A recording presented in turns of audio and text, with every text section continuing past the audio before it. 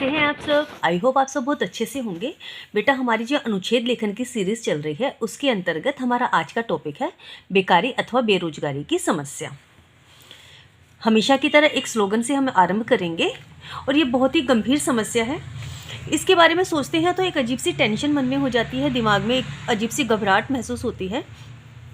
तो आज मैंने छोटी सी कोशिश करी है आपको उस बेरोज़गारी के बारे में, उस बेकारी के बारे में बताने का कि जिस घर में बेरोज़गार जवान बच्चे बैठे होते हैं, प्रौढ़ अवस्था के व्यक्ति बैठे होते हैं, उस घर की समस्या कितनी गंभीर होती है और वो किस तरह से अपने आप को, अपने घर गृहस्थी को मैनेज करते हैं, ये वो ही लोग समझ सकते हैं। सरकार या आम लोग या फिर धनी लोग इस समस्या को नहीं समझ सकते, नहीं पहचान सकते। चलो, वो तो एक अलग बात है, लेकिन हम आरंभ करते हैं अपने इस अनुच्छेद का। हर कोई उत्साह और विश्वास से भरा है, पर अंदर थोड़ा बहुत बेरोजगारी से डरा है।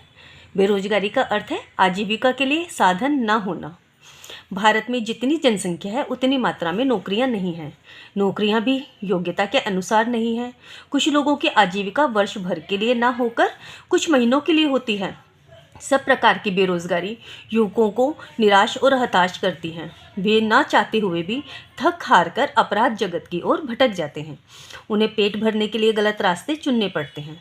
नक्सलवाद हो या आतंकवाद, सबके पीछे बेरोजगारी की भूमिका अवश्य होती है। यह समस्या सब समस्याओं की जननी है। इसे रोकने को सबसे अधिक महत्व दिया जाना चाहिए। बच्चों को डॉक्टर्स, इंजीनियर्स बनाने के लिए पेरेंट्स कितनी मेहनत करते हैं, लोन लेते हैं, कर्जा करते हैं, तब जाके उनको इंजीनियरिंग की डिग्री दिलाते हैं। लेकिन आज आप देखो बाहर निकल के कितने IITians, कितने इंजीनियरिंग करके बच्चे 20-20 हज़ार की, 15-15 हज़ार की नौकरी के लिए तरस रहे हैं। उसके लिए इतनी आफत आ रखी है नौकरी प्राप्त करने के लिए। इतनी बड़ी समस्याएं, इतना कुछ गृहस्थी में किस तरह से पेरेंट्स अपनी ज़रूरतों की कटौती करके बच्चों को पढ़ाते हैं, लिखाते हैं। लेकिन जब उनको उम्मीद से कम पैसों में नौकरी मिलती है या फिर नौकरी मिलती ही नहीं है, तो उस पेरेंट्स पे, उन माँ बाप पर क्या गुजरती है, ये एक पेरेंट्स ही समझ सकते हैं। सरकार को इस बारे में सोचना चाहिए और बच्चों के लिए कुछ अच्छा सोचना चाहिए। नौकरी के लिए जो है अवसर प्रदान करने चाहिए। समय आ गया है यारों बेरोजगारी के खिलाफ आवाज़ उठाने का, रोजगार की समस्या को सरकार तक पहुंचाने का।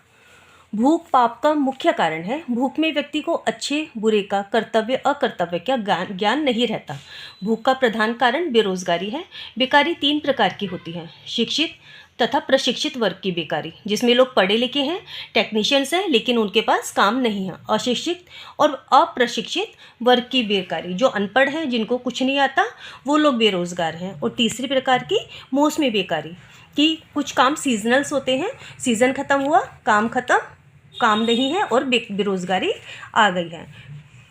बेकारी जुड़ी है जनसंख्या से, वैज्ञानिक उन्नति से और दूषित शिक्षा प्रणाली से, जिसमें हाथ के काम को हेय दृष्टि से देखा जाता है। अब देखो, जनसंख्या बढ़ रही है, उस हिसाब से काम धंधे नहीं मिल रहे हैं। वैज्ञानिक उन्नति, ऑफिस में आजकल कंप्यूटर ज़्यादा आ गए, मशीनीकरण ज़्यादा आ गया, तो लोगों को निकाल दिया जाता है, तो बेरोजगारी बढ़ जाती है। तीसरा जो कारण है वो है, देखो बेटा, लोग अपने हाथ की कला को, अपने हाथ के काम को करने में जो है शर्म देखते हैं, उसको अच्छा नहीं मानते। एक ऑफिस में बैठना ही वो अपनी शान समझते हैं, लेकिन ऐसा नहीं है, इसको नहीं अपनाना चाहिए। आज बेकारी की समस्या एक जटिल समस्या बन गई है, अतः शिक्षा को रोजगार से जोड़ना आवश्यक है।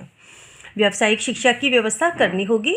जनसंख्या नियंत्रण आवश्यक है। लघु उद्योगों को बढ़ावा देना होगा। उस मनोवृत्ति को बदलना होगा जो हाथ के काम को हेय दृष्टि से देखते हैं। सकारात्मक दृष्टिकोण अपनाना होगा। आप देखते हैं आपके घर में अगर एक छोटा सा बिजली का पॉइंट ख़राब हो जाता है, उस पॉइंट को ठीक करने के लिए इलेक्ट्रीशियन आके आपसे एक पर पॉइंट 100 रुपये ले जाता है। और अगर आप 5-7 पॉइंट ठीक कराते हैं तो जरा सी देर में 1000 रुपया ले जाता है। लेकिन वो अपनी मेहनत से, अपने उस अकल से, उस शिक्षा से ही तो कमा रहा है, वो किसी ऑफिस में जाके तो नहीं बैठ रहा। और उन जो ऑफिस में काम करने वाले, जो बेरोजगारी लेके घूम रहे हैं, उनसे वो लोग बेटर हैं, उनसे अच्छा है जो अपनी इज्जत से और अपनी मेहनत से कमा रहे हैं। अब देखो, उन्नत देशों में लोगों की बेरोजगारी भत्ता मिलता है, जिससे उनका निर्वाह चलता रहता है। भारत में ऐसे उपायों के अतिरिक्त रोजगार के अवसर बढ़ाने की ओर अधिक ध्यान देना चाहिए। भारत सरकार को भी चाहिए कुछ इस तरह, जैसे जिस तरह से वृद्धावस्था में पेंशन की जो उन्होंने व्यवस्था कर रखी है, इसी तरह से बेरोजगार लोगों के लिए भी कोई भत्ता आदि का करनी चाहिए। सत्य अक्सर बेरोजगार रह जाता है, सब झूठ से काम चलाते हैं। आज मेरा छोटा सा प्रयास था। नेक्स्ट सीजन में नेक्स्ट टॉपिक के साथ हम फिर से मिलते हैं। Bye bye.